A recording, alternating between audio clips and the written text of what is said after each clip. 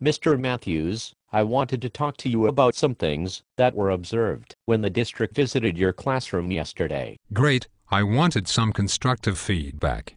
Your students don't appear to be engaged.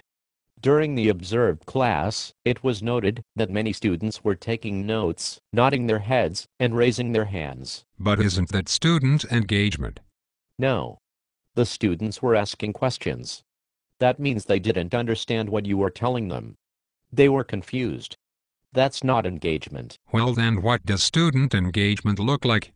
Students would be moving around the room, yelling out answers, falling out of their desks, and flipping the pages violently through their textbooks. They realize I teach humans and not monkeys, right?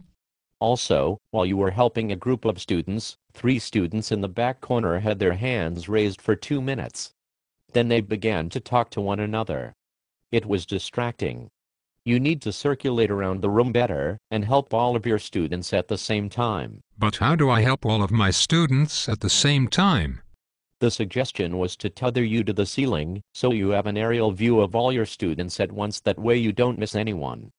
And we would have a zip line installed for you, so you could quickly release yourself and assist students immediately. You want me to suspend myself over my students?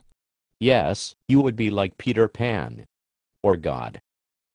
I like how you have just equated me to an androgynous children's character who refuses to mature. Students like Peter Pan. He's friendly, nice. It might help with student engagement. That's retarded. And somewhat dangerous. And all of your students were using electronic devices. Those were Griffin calculators. Are they approved by the district? I'm not answering that question. Your room is a little messy and the walls seem bare. There isn't much color or posters or creative flair in your classroom decor.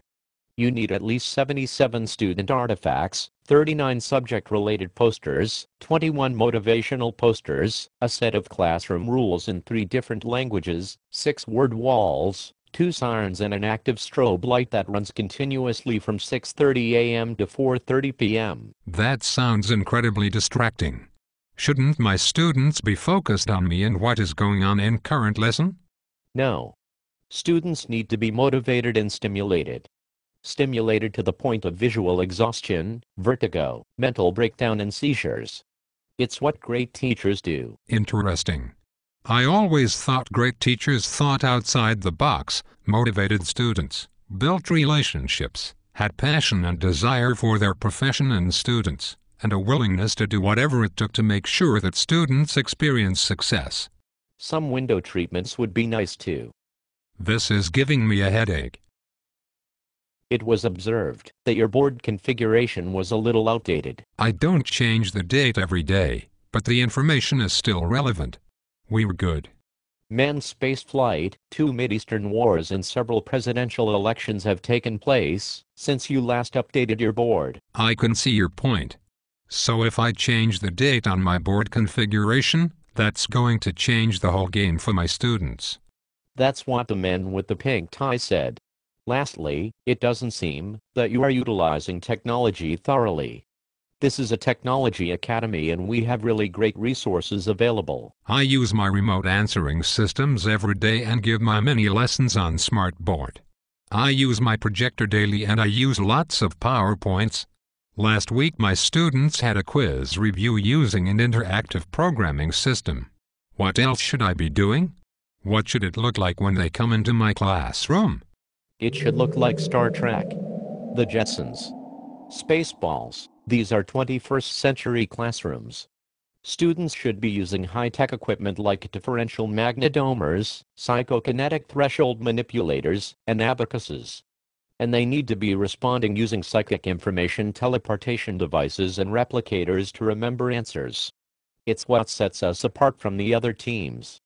It's stuff like this that prepares them for higher education. I don't think our 9th graders are to the point of space tourism or rocket propulsion. I just want them to pass Algebra 1. You underestimate our students' abilities. Some of them still don't know how to tie their shoelaces. Maybe you could work that into a geometry lesson? Please, Go away.